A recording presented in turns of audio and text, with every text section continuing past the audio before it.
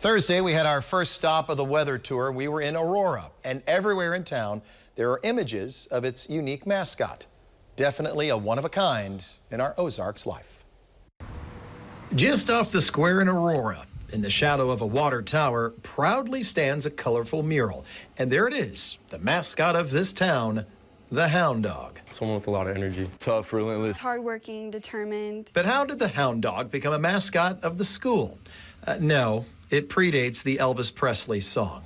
It's a legacy and it's generational. When we started this assignment, Aurora High School teacher Kim McCulley Mobley will tell you. how many of you are almost finished with? Born and raised in Aurora, she loves history. She says early records of the Houn Dawg date back to the late 1800s. The 2nd Missouri Infantry from southwest Missouri was considered a bunch of hound dogs because of their relentless spirit and would often sing their fight song while deployed. Every time I go to town, folks don't kick my dog around, makes no difference. He's a hound, please don't kick my dog around. So the idea was that they were feisty. A judge from Nevada heard of their spirit and sent them a hound dog for moral support. I used him to bolster their pride, their spirits, and they would sing that fight song. In 1916, President Woodrow Wilson sent the 2nd Missouri Infantry to Texas to capture Pancho Villa. A year later, in June of 1917, some of these same soldiers were sent to France for World War I.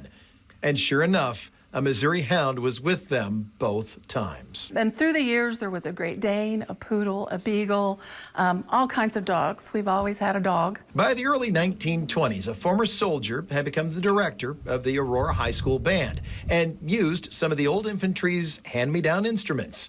The problem, they all had a hound dog painted on them. By the 1920s, Aurora's mascot had been the farmers, the merchants, something to do with the railroaders, the miners, all kinds of things. Nothing really stuck. And so the Aurora Houn Dogs were adopted. I think it's cool how we do have the Houn Dawg. It's definitely unique because not everyone just has a random dog. I can't think of another hound dog in the area, that's for sure. Everything's like basic, like a cat or something. Kim is also the co-director of the Alumni Center, which is the old armory we saw there for the 2nd Missouri Infantry, which later became the 203rd Battalion, and that has a lot of history inside. One more history tidbit for you. In 1912, Missouri's Champ Clark, who was the Speaker of the House, used the "Quit Kickin' My Dog" song during his failed presidential campaign, losing the Democratic nomination to Woodrow Wilson, who then became president.